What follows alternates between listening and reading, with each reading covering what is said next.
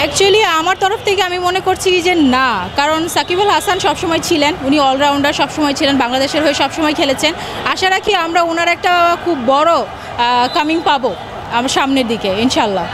অভ্যন্তরীণ রাজনৈতিক যে ব্যাপারটা সব কিছু মিলিয়ে সাকিব আল হাসানের ক্যারিয়ার কিন্তু হুমকির মুখে, যদিও অফিসিয়ালি সে কিন্তু এখনও অবসর নেয়নি, তারপরেও কিন্তু ক্যারিয়ার হুমকির মুখে। তো এরকম একটা সিচুয়েশন থেকে আসলে বেরিয়ে এসে আবারও খেলার মাঠে ফিরে আসা সম্ভব বলে মনে করেন? আমি সাকিব আল হাসানকে রাজনৈতিক বিষয়ে না চিনলেও যতটুকু চিনেছি ওনাকে, উনি খেলার প্রতি ওনার যে একটা অবদান, আমাদের বাংলাদেশে খেলোয়াড়দের পক্ষ থেকে ওনার যে অবদান সেটা সবসময় থাকবেন। আর উনি একজন খেলোয়াড় সবার ফার্স্ট, তো এই দিক থেকে উনি ওনার সকল দুবিধা দূর করে তারপর আমাদের কাছে আবার ফিরে আসবেন। আপু, আপনি জানেন যে সাকিব আল হাসানকে নিয়ে মিরপুর স্টেডিয়ামের সামনে কিন্তু কয়েকবার কিন্তু একাধিকবার কিন্তু আসলে বিভিন্ন ধরনের কর্মসূচি পালন করা হয়েছে, তার পক্ষে বিপক্ষে নানা বিতর্ক তৈরি হয়েছে। তো রিসেন্টলি একটা নিউজ আপনি দেখেছেন কিনা যে একটা চেক জালিয়াতির মামলা কিন্তু তার এগেনস্টে দেওয়া হয়েছে। তো এই যে একজন খেলোয়াড়, তার জন্য কিন্তু আসলে বাংলাদেশ ক্রিকেটের গ্রাফটা অনেক হাই লেভেলে উঠছে। তো তার সঙ্গে আসলে এই যে বিষয়গুলো, এগুলো আসলে কেমন অনুভূতি ফিল করেন? এটা আসলে খুবই দুঃখজনক যখন আমরা জানতে পারি যে আমাদের একজন বিশিষ্ট খেলোয়াড়ের সম্পর্কে এই ধরনের তথ্য ফাঁস হচ্ছে আর এই ধরনের কাজ হচ্ছে। আসলে এই বিষয়টাকে যদি স্কিপ করে আমরা অন্য দিকগুলোতে দেখি তাহলে আমি মনে করব যে উনি এই সমস্যাগুলো সমাধান করে খুব দ্রুতই আসবেন।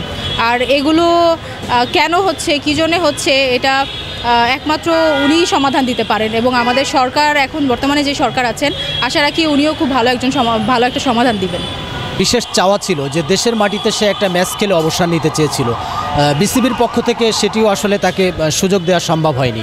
এই ব্যাপারটা আপনার কি বলার আছে? আমার মনে হয় ওনাকে সুযোগ দেওয়া উচিত, কারণ উনি একজন ভালো খেলোয়াড়, আমাদের জন্য খুব প্লাস পয়েন্ট একটা।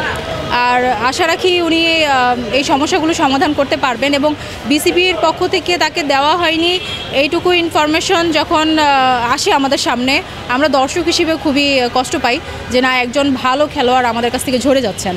তা আমরা চাই যে উনি আবার ফিরে আসুক। বিপিএল দেখছেন নিশ্চয়ই? জি। কোন দলকে সাপোর্ট করছে? অ্যাকচুয়ালি সাপোর্টের দিক থেকে আমি কাউকেই করছি না বর্তমানে। আমি খেলা সাপোর্টের দিক থেকে দেখি না, তবে এমনিতে এনজয়মেন্টের জন্য দেখি। এবারের বিপিএল শুরু হওয়ার আগে খুবই আলোচনা হয়েছে, যেহেতু বাংলাদেশের সুপারস্টার, বাংলা ফিল্মের রাজা যাকে বলা হয়, শাকিব খান নিজে কিন্তু একটি দল নিয়েছেন, ঢাকার দলের মালিকানাধীন। তো সব কিছু মিলিয়ে আসলে মাঠের লড়াইটা কেমন জমজমাট হচ্ছে বলে মনে করেন? খুবই ভালো, সবাই এনজয় করছে।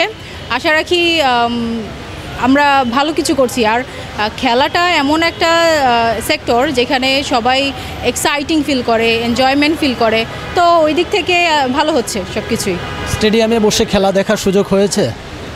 না, কখনো হয়নি। দেখবেন কিনা যেহেতু বিপিএল চলমান? হ্যাঁ, ইনশাল্লাহ আশা আছে। কোন দলের ম্যাচটি দেখতে চান? দল সংক্রান্ত বিষয়বস্তুগুলো আমি আপাতত আমার আইডিয়াতে নেই, তারপরে আমি চেষ্টা করি দেখার।